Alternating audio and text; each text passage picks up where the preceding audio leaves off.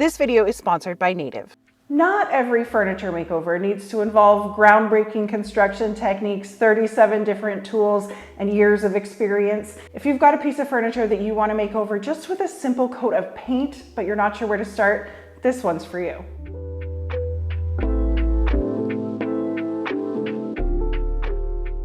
Hello furniture friends, Katie here from Salvaged by K. Scott.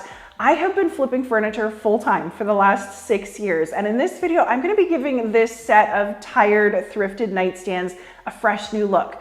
But I'm going to be going back to basics and keeping things really simple and easy enough for anyone who's never made over a piece of furniture before. I picked these up at a local charity shop for $45, and I chose them because their original finish is damaged enough that they do need some TLC, but they're still in good working order and not so damaged that they need hours of repair or any fancy tools. They may look like wood from a distance, but they're actually a type of paper laminate over top of particle board. It's basically a picture of wood grain printed onto a film and stuck down to the engineered surface. This stuff can't be refinished or stained the same way that solid wood or wood veneer can, so that makes these two the perfect candidates for paint.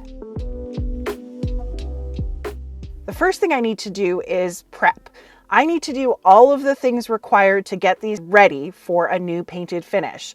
For me, that always starts with pulling out the drawers, removing the hardware, and cleaning everything really well. The pulls that are on here have a sort of odd 2-screw off-center placement, so instead of filling that in and re-drilling another hole for new knobs, and to keep things simple like I promised, I'm going to reuse these and I'll just shine them up. I'm cleaning these with some simple green and warm water, but you can use any cleaner you've got that has some degreasing power to it. This helps to remove anything that may be on the surface that will make the paint have a hard time sticking. Oily fingerprints, furniture polishes, and wax can all interfere with the paint making a good, strong bond.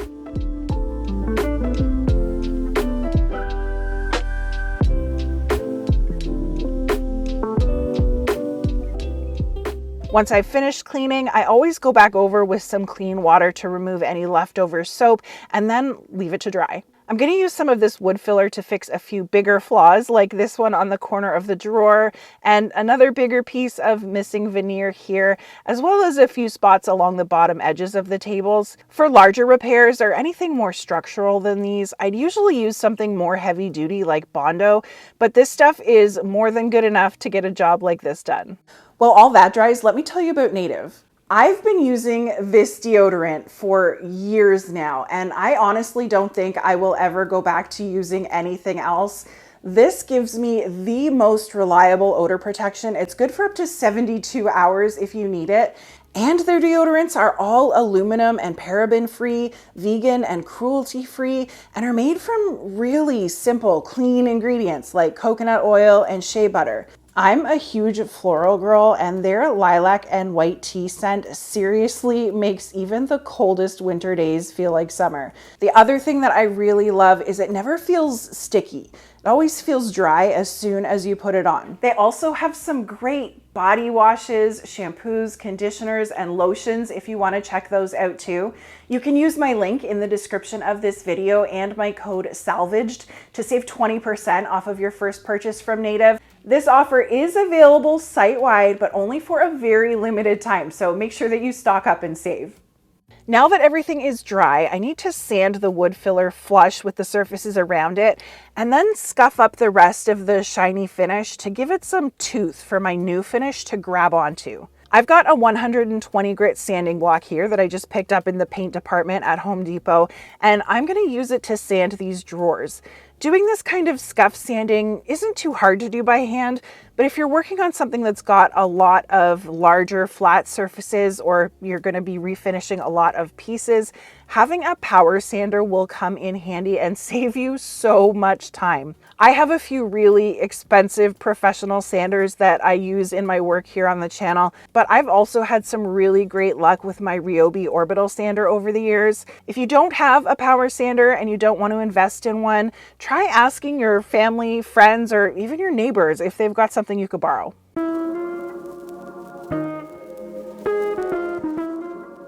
The front edge of this one table is a little bit swollen from some water damage at some point. So I'm going to use the sander just to remove enough material to flatten it back out again and smooth out the rest of the area where the laminated finish is already worn away.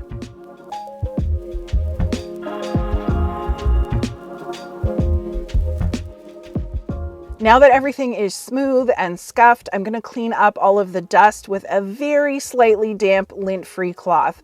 Since this is particle board, and particle board is very sensitive to swelling up when it's exposed to moisture, I don't really want to get anything wet again, but having a tiny bit of water in the rag really helps grab that fine dust. You should put down some sort of paper or drop cloth to protect your floors, although this floor's full-time gig is getting messy with paint, so I don't think it matters too much for me. The next step is primer, and primers serve a few different purposes. They can block the natural oils in solid wood from leaching up or bleeding through your new finish and staining it. They can aid in the adhesion of your paint to the surface, and they often provide a base layer to seal up and transition any rougher, repaired areas with what's left of the factory finish so that the paint will lay evenly across the entire surface. There are tons of great primers out there, but these are my go-tos. Bin shellac-based primer is pretty expensive these days, so I've been saving it for the really bad bleed-through pieces. And since these are just particle board today, I'm going to use this less expensive Kills Restoration. It's a water-based product, so it's really easy to clean up with plain old soap and water. And it doesn't come in a spray can version that I've seen just yet, so I'm going to be applying it with a 4-inch foam roller.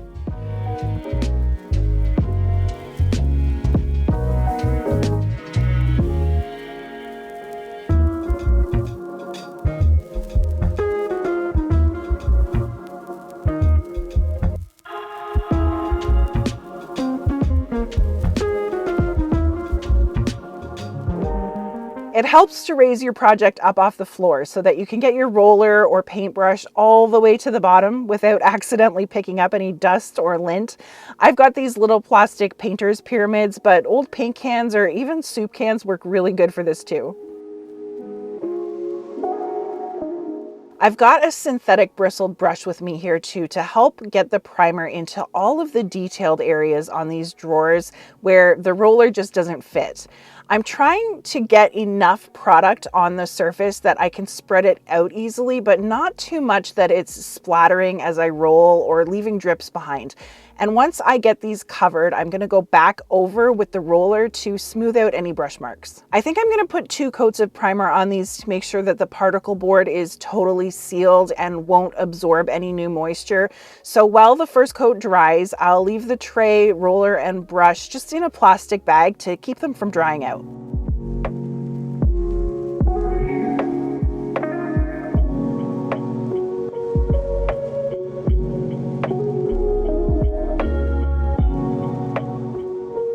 I let that dry for about an hour, and then I applied my second coat the same way as the first. And before I washed my tools, I laid out these handles on a piece of cardboard so that I could start spraying them with some metallic brass spray paint.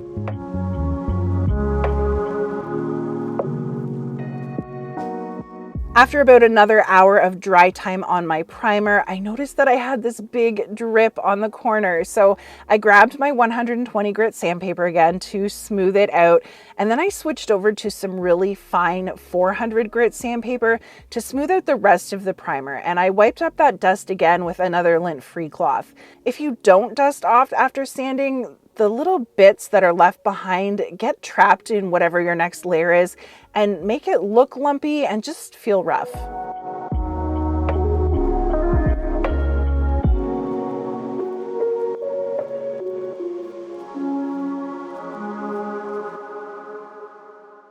Okay, we are ready to paint.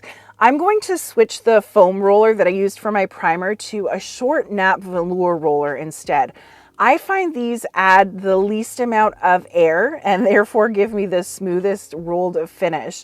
Another tip that I skipped here but regretted pretty quickly is that if you're using a brand new roller like this, to wash it out with some soap and water and let it dry.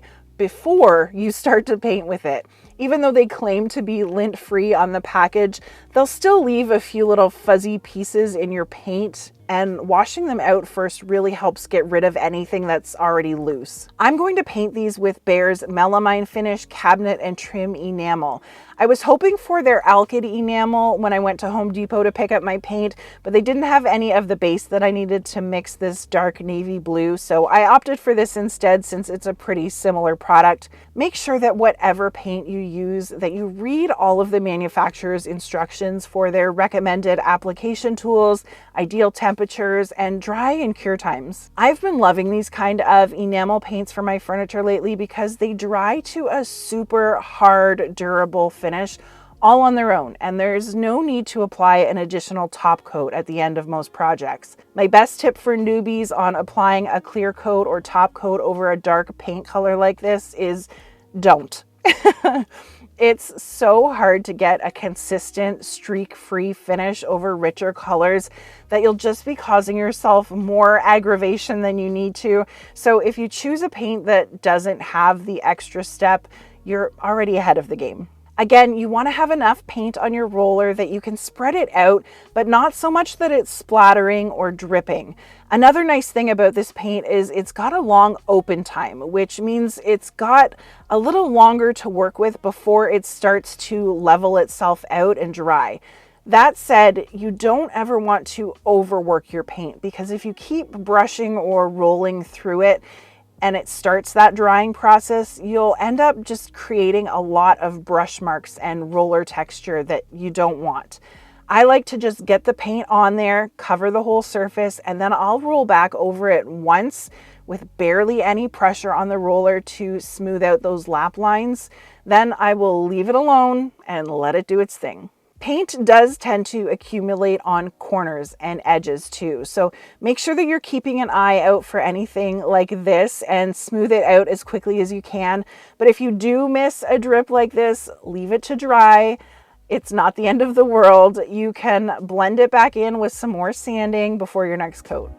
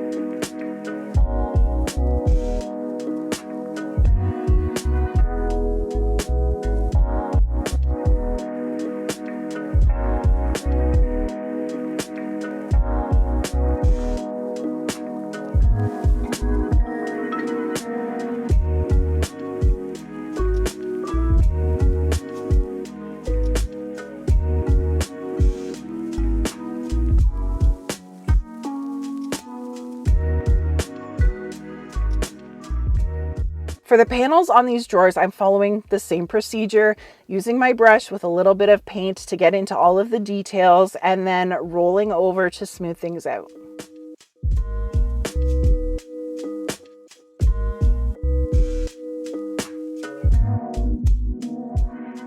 The first coat always looks terrible. It's supposed to be streaky and blotchy and not full coverage, so don't panic when things are looking like a hot mess. The directions on the can tell me that if I'm working in the ideal temperature and humidity, I can recoat this after 2 hours. Another light sand with some 400 grit. I'm just barely touching the surface here to grab any little lint pieces or dust that's dried into the paint, and I'll apply my second coat exactly the same way as the first.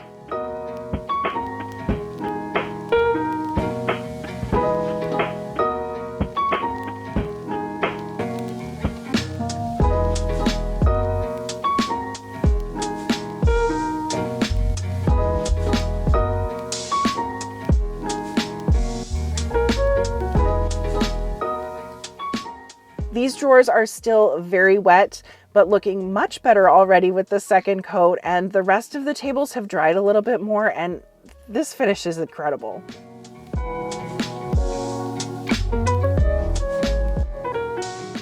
I still still have a couple of spots, mostly on the drawers, where I can see a bit of the primer peeking through. So I'm gonna go ahead and add one more coat to these, and then I'll leave them to start curing overnight, and I can put them back together in the morning.